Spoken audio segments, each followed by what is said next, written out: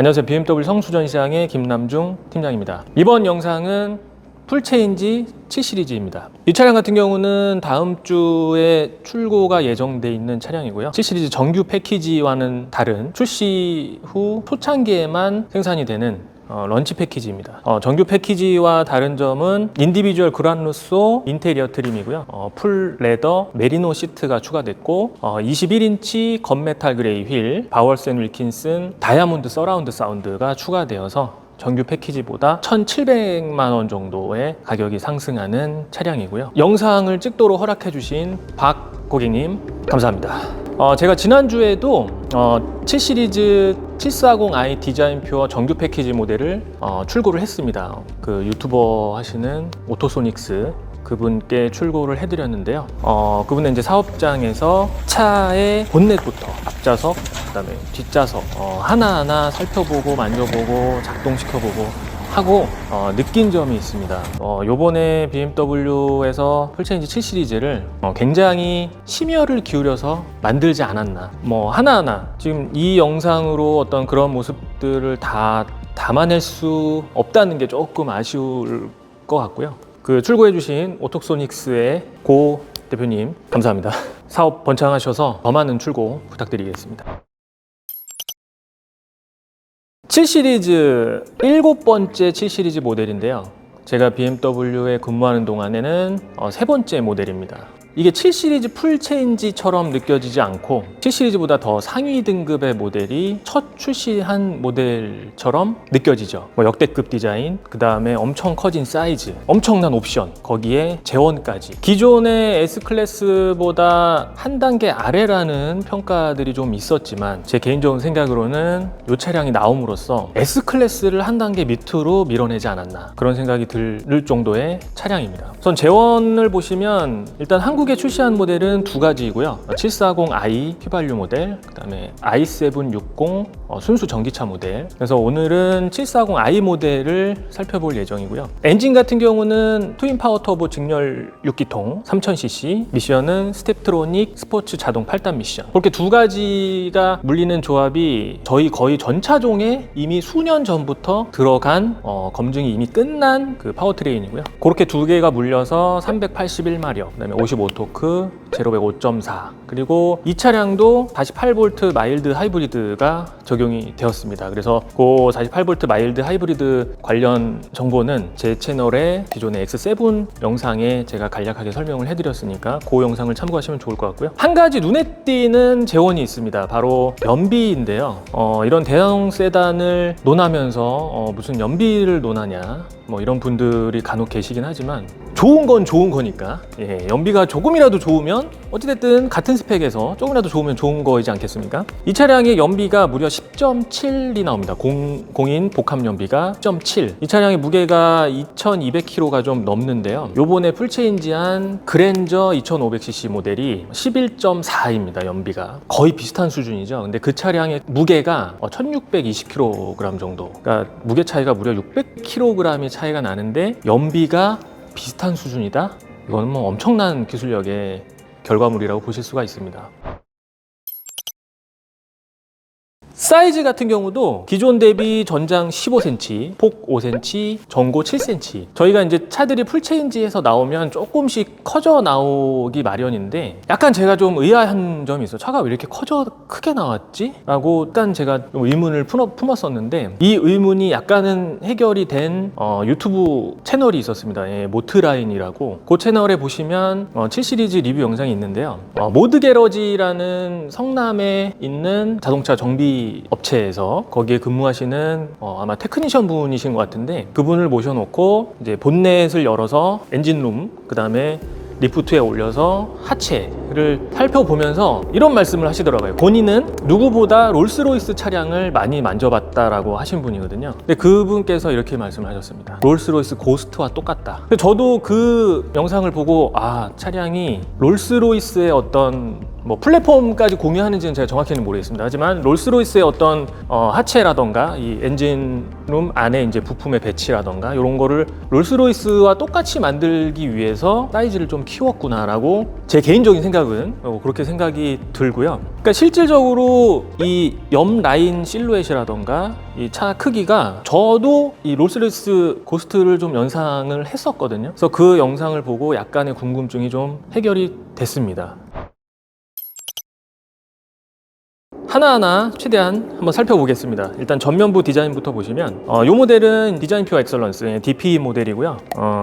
요 헤드라이트 상하 분리된 헤드라이트. 근데 이제 X7과 다르게 위에 헤드라이트가 크리스탈 헤드라이트입니다. 그래서 초기 영상을 보시면 굉장히 반짝반짝 빛나죠. 이 안쪽에 수많은 그 LED 등을 써서 굉장히 아름다운 라이트를 표시를 해준다고 하고요. 그 다음에 이 테두리 주변부가 등이 들어오는 아이코닉 글로우 키드니 그릴, 그리고 밑에 하단에 두 줄의 크롬 라인이 들어가는데 기존의 7 시리즈 같은 경우는 디자인 퓨어 모델이 조금 디자인이 좀 아쉬웠어요. 제 개인적으로 생각으로는요. 근데 요번에 나온 7 시리즈 디자인 퓨어 모델은 디자인 완성도가 거의 완벽에 가깝다, 그렇게 느껴질 만큼 굉장히 앞부분도 그렇고 디자인이 굉장히 잘 돼 있네요. 요 크롬 라인이 그렇게 과하지 않게 적절하게 무게감이 느껴지는 요소로 적용이 되지 않았나, 그렇게 생각이 들고요. 측면부로 가시면 이 모델 같은 경우는 21인치 건메탈 그레이 휠이 들어가지만 디자인 퓨어 정규팩 디자인 퓨어 모델은 20인치 건메탈 그레이 휠이 들어가고요. 그 다음에 M 스포츠는 20인치 제트 블랙 휠이 들어갑니다. 그거는 두 개 차이점은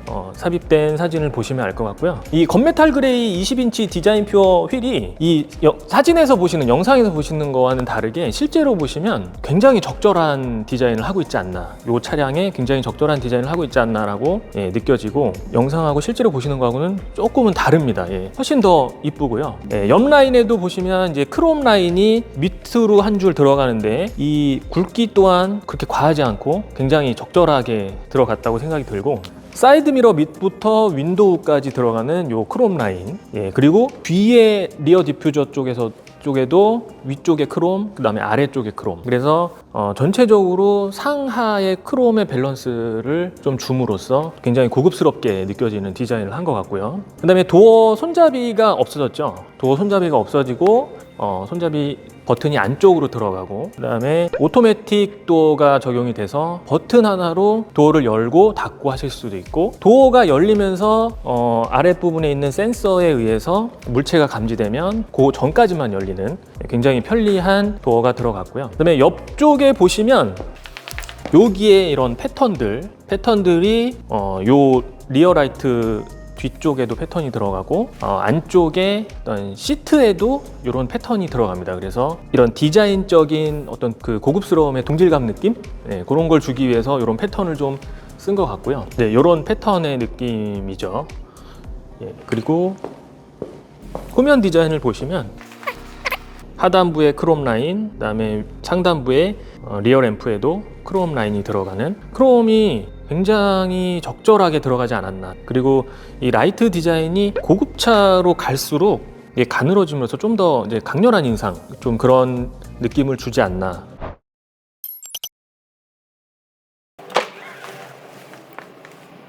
뒷자리를 보시면 이규제큐티브 라운지, 그 다음에 시어터 스크린, 그 다음에 스카이 라운지, 글라스 루프, 이런 옵션들이 요 터치 커맨드를 통해서 작동이 다 가능하시고요. 지금 요 보시는 시트는 모카 시트입니다. 시트는 모카 시트, 타르투포 시트, 그리고 아마로네 시트, 그 다음에 블랙 시트, 이렇게 네 가지 선택이 가능하시고요.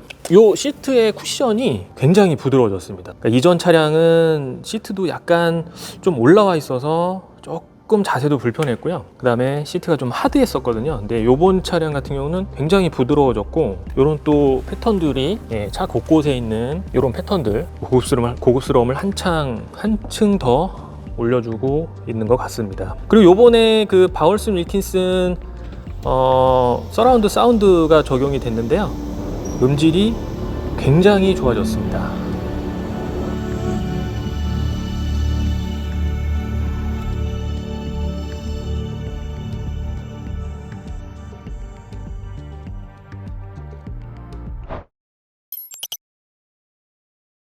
예, 요 이그지큐티브 라운지 시트를 쭉 펼쳐놓고 앞좌석이 요 등받이가 앞쪽으로 폴딩이 되시는데 앞쪽에 대시보드에 거의 닿을 정도로 굉장히 큰, 굉장히 넓은 이제 공간을 확보하기 위해서 그렇게까지 적용이 되고 운전석에서 사이드 미러가 안 보이지가 않는 것 같더라고요. 예전 차량 같은 경우는 그런 단점이 있었지만 이 차량 같은 경우는 그런 단점이 또 없어졌고요. 그러니까 요런 몰딩 재질, 그리고 본닛 안쪽에 방음제라던가 요런 재질들, 그리고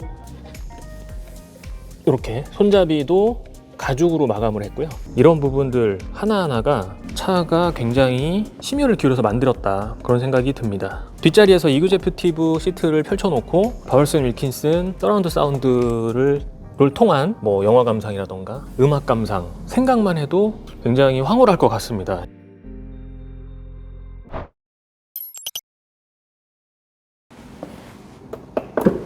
트렁크 공간도 기존 대비 대략 30리터 이상이 커졌죠. 540리터이고요. 자, 운전석에서 보면 일단 가장 크게 눈에 들어오는 거는 인터랙션 바, 운전석 도어부터 조수석 도어까지 쭉 연결되는 요 크리스탈 재질 느낌의 인터랙션 바. 요게 15가지 색깔이 적용되어 있고요. 기존 모델은 정확히 기억은 안 나는데 7개, 8개 정도였던 것 같고요. 그 다음에 요 안에 등이 들어오는데 이게 이제 도어 열고 닫을 때, 뭐 비상등 켰을 때 요런 상황에 따라서 또 이 깜빡임으로 어떤 그런 상황들을 또 전달을 해주고요. 그 다음에 전에 차량은 빨주노초 파란보, 무지개빛 느낌이었다면 지금 차량은 요 안에 앰비언트 색깔이 파스텔 톤으로 굉장히 고급스러워졌고요. 그리고 요런 크리스탈 재질, 여기 기어 로고 쪽도 토글 방식의 크리스탈, 아이드라이브 컨트롤러도 크리스탈 이렇게 들어갔고, 이 핸들도 이렇게 D컷 핸들로 투스포크로 핸들도 굉장히 이뻐졌습니다. 굉장히 고급스러워졌고, 요런 그 표시 문자도 전에 거보다는 더 커졌어요. 그래서 보기에 편하실 것 같고, 안쪽에 보시면 이 에어컨 송풍구도 다 요 밑으로 이렇게 들어가 있습니다. 요 밑으로 들어가 있어서 어떤 군더더기를 싹 없앴죠. 그래서 굉장히 깔끔한 느낌. 그리고 디자인 퓨어 같은 경우는 요런 우드 재질이 무광 재질로 들어갑니다. 무광 재질로 들어가고, 이 곳곳에 어떤 이런 메탈 느낌, 그 다음에 이 스피커 커버도 이렇게 메탈로 들어가서 굉장히 고급스럽죠. 기존에 있었던 즐겨찾기 기능도 컨트롤 디스플레이 화면을 위에서 이렇게 아래로 내리면 설정을 하실 수가 있습니다.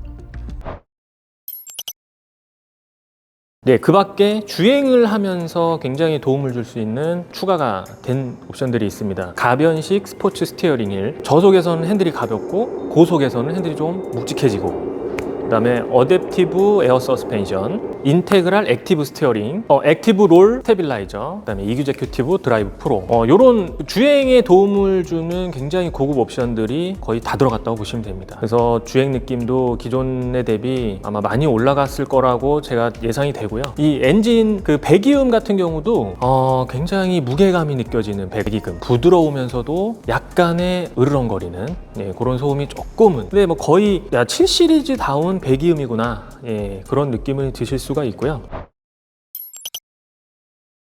이 차량 같은 경우는 한마디로 기존의 어떤 BMW 자존심을 걸고 만든 7 시리즈들이 어떤 뭐 판매량에 있어서 아쉬운 부분을 만회하기 위해서 작정하고 만든 차량이지 않나, 한번 느껴보시기 바랍니다.